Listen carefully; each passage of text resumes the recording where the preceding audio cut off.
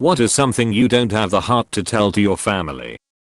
My mom is getting old, and I believe she is developing some kind of mental illness, like dementia or something. In her world, everyone is always to mess with her. She set up traps around her room to make sure no one comes in, constantly watches out the window, doesn't want to make any big noise in our home like music, in fear that our neighbor will complain and bring more problems. When I go out, she asks me about it, not to make small talk, but to investigate, so she knows at what time our landlord cold vented our home without telling us. Everything in our home that shouldn't be there is because our landlord did something. Something breaks. Landlord broke it. Soap container refilled. He refilled it. I told my brother about my suspicion about the mental illness, but he just told me to not say these kind of things about our mother. It's taking a toll on my mental health, and I just want to move out and abandon this crap. I feel like I'm in jail living here. I have picture of these funny traps/contraptions if any Reddit health experts want to take a look. About 5 years ago, my mother started telling me that people were constantly stalking her. She told me she'd get on the highway and about 100 cars were following her. She said that people who drove white vehicles were gang stalking. She became semi-violent and ended up at a state hospital for 6 months. She was diagnosed with psychosis. After she left the hospital, she refused to continue therapy and she stopped taking her medication. I visited her regularly, but stopped 2 years ago. She is in absolute denial about being ill and is convinced I'm having her stalked. I miss her. I miss talking to her every day, but I can't deal with her anymore. I lost all respect for my dad. I'm starting to get sick of the family gatherings around Christmas time, and I'm seriously thinking about just taking vacation around the holidays to Florida. We did this last year. 2 weeks. No cares. No holiday pressures. Nothing. It was amazing. It was the most refreshing and relaxing time I have spent in the last 20 years. No joke. Doing that gave me freedom to cast off the tradition chains, and hubby and I now decide for ourselves how we want to spend our time. It has been an amazing year, now that my family knows I have a passport and know how to use both it and an airline booking site if I don't want to do something the way they do. My grandma's bedroom smells terribly of urine. She has a commode in there, and I don't know whether urine is getting on the floor or she's not cleaning it or what, but the smell shocks me when I come visit. She has some bladder and incontinence problems, but she appears entirely mentally sound. I can't bring myself to say anything about it. She would be really embarrassed. I don't know what to do about this. That the way they raised me was abuse and it seriously damaged me as a person. My parents think they were great parents, especially my mom, who was the more abusive one. And it's not even that I don't have the heart to tell them, because I don't want to burst their bubble. I don't have the heart to tell them, because I don't have the heart to sit through an hours long lecture/beratement on why I'm wrong, and how what they did doesn't count as abuse and I have no right to be upset. I just keep not answering or returning their phone calls and texts, but they keep obliviously trying to reach out to me thinking that I'm the whole here and they have a right to speak to and see their daughter regardless of my feelings. This one hit pretty close to home. I had to cut my dad off a few weeks ago because he's my father and gets to decide how much contact he has with his granddaughter. After decades of abuse, manipulation, and emotional blackmail, I told him he could frick right off with that opinion that I'm her father and I decide who she gets or does not get time around. He'll never get the point, consider any view other than his own, or entertain the possibility that he's wrong. He'll only be angry that he feels slighted and didn't get his way. We had a similar conversation about his deplorable behavior about my own childhood several months ago, secretly as a test as to how he'd respond about not getting his way with my daughter, and he had the exact same responses. I'm not so much of a person as I'm his possession. Something to parade out during conversations at the bar and to play better than you in arguments with. At least he's consistent. The reason I stay in my room so much is to escape them. Whenever I'm not in my room or out of the house, they insult me. Had a similar situation growing up. Felt like I had to stay in my room because my dad always wanted to try to pick fights over little things just to prove he was right all the time. It got to the point where I wouldn't come out except to go to the bathroom or eat, and one day I overheard my parents talking about it one day because I made an offhanded comment to my sister how my parents never acted like they wanted me around, and I overheard honestly the most hurtful thing from my dad. He said, well, when I look at him, I don't see my son anymore, so what does he expect?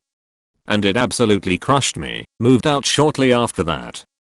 I had an aunt who was like this. She'd always find something to insult me about. One day, I was about 16 or so, my mom calls me and asks, hey, do you want to go over to your aunt's house today? I finally let loose about how I hate going there and why. My mom tries to push back a bit, but I then offer dozens of examples. Turns out, I was on speakerphone. My mom was in the car with this specific aunt and my grandma. Now, my aunt finds some way to compliment me every time I visit. I know it's not genuine, and that can be a little awkward, but I vastly prefer it this way.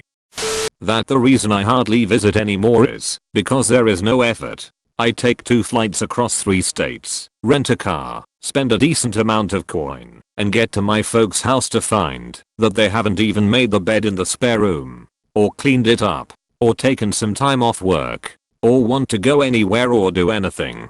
I love them dearly. They love me. But that always stings a bit. I don't want the world to stop or evolve around me, but a bit would be nice. I get that. I'm a senior in college, and it took my parents until this Thanksgiving break to have a room for me when I came home. Every other break, my room would be unusable. I'm talking bed torn up by dogs and nobody did anything about it, or so much stuff stored in it, I can barely stand between the bed and open door. Compared to the effort my girlfriend's parents put in for me, it's night and day. There's a whole host of other issues, but that's the crux of it. Same. I've lived in another state for about 6 years and they haven't visited once. Not any of my family. But get upset when I miss some of the lesser important holidays or I don't visit in the summer. I have a job and always have to pay a dog sitter when I visit home, which is expensive. I use up most of my vacation time for visits when I'd rather go on a real vacation. My hometown is in Mississippi, so not exactly a great way to spend vacation time. Same thing, but they expected me to fly halfway around the world, then proceeded to tell me off for all the things I hadn't been there for less than 1 hour after I arrived at the house, having to drive myself 3 hours to get there from the airport after a 26-hour flight and stopover combo in a car I had to rent because no one wanted to pick me up from the airport. Oh, and then I had to drive everyone everywhere because I had a car and spent more days of my vacation waiting at tire places and doctor's offices than actually vacationing after having spent $4 for my husband and I to visit for 3 weeks. Oh, and no one once asked me about my new life in the USA or what I'd been up to. They just told me all about their lives, up to and including all about the threesome they had and the affair/drug use he was doing. Well, mine is less impactful than what's already on here, but they're all terrible cooks. Like, don't even understand fundamental cooking techniques. I'm no chef, but their food is borderline inedible, and it's a miracle they haven't given each other food poisoning multiple times. Problem is they love cooking and are proud of their repulsive standard dishes. I could never tell them the truth and I don't want to ruin our family memories. So I roll with it, have a small helping of everything, and just hit a drive-thru on the way home whenever I eat with them. My dad's side of the family would turn up with casseroles and crock-pot dishes made with whatever randomness was in their cabinets. When one of my aunties said, "Oh, it's just something I threw together," she wasn't being modest. I could never roll with it because I'm a horrible liar and my face says everything. It got to the point where my mom was making us little bento boxes to eat when we got hungry to spare us from the torture. She would give our relatives the excuse that we were picky eaters, though we would always eat her cooking without complaint. My dad must have developed a sense of taste during his marriage to my mom because everybody else he's related to seems to lack taste buds. Lol. I've stopped attending one friend's Christmas dinner. She is a frantic housewife with an alcoholic husband. Good people don't physically abuse each other, but they are totally chaotic. Anyways, she always feels obligated to make Christmas dinner. She hates cooking and doesn't like it, but also doesn't want help. This all leads to a terrible dinner. Most of the food is bland, but the turkey gravy is the worst. She half-heartedly gathers the liquids from the unseasoned turkey she's been cooking for 4 hours. The liquid that comes off is nothing but oil and water. She skims of the oil and all that's left is water. She then adds white flour and no seasoning. It is just plain water and flour with a tiny hint of what might be turkey. Everyone overdoses on salt and the close family raves about her wonderful turkey gravy. One year I added spices to the gravy, and I was almost beaten with a serving spoon for trying to ruin Christmas. I never touched her food again after that. From what I hear, the family still sits down every year to turkey and flour water. Hospital food is tastier and spicier than the food she makes.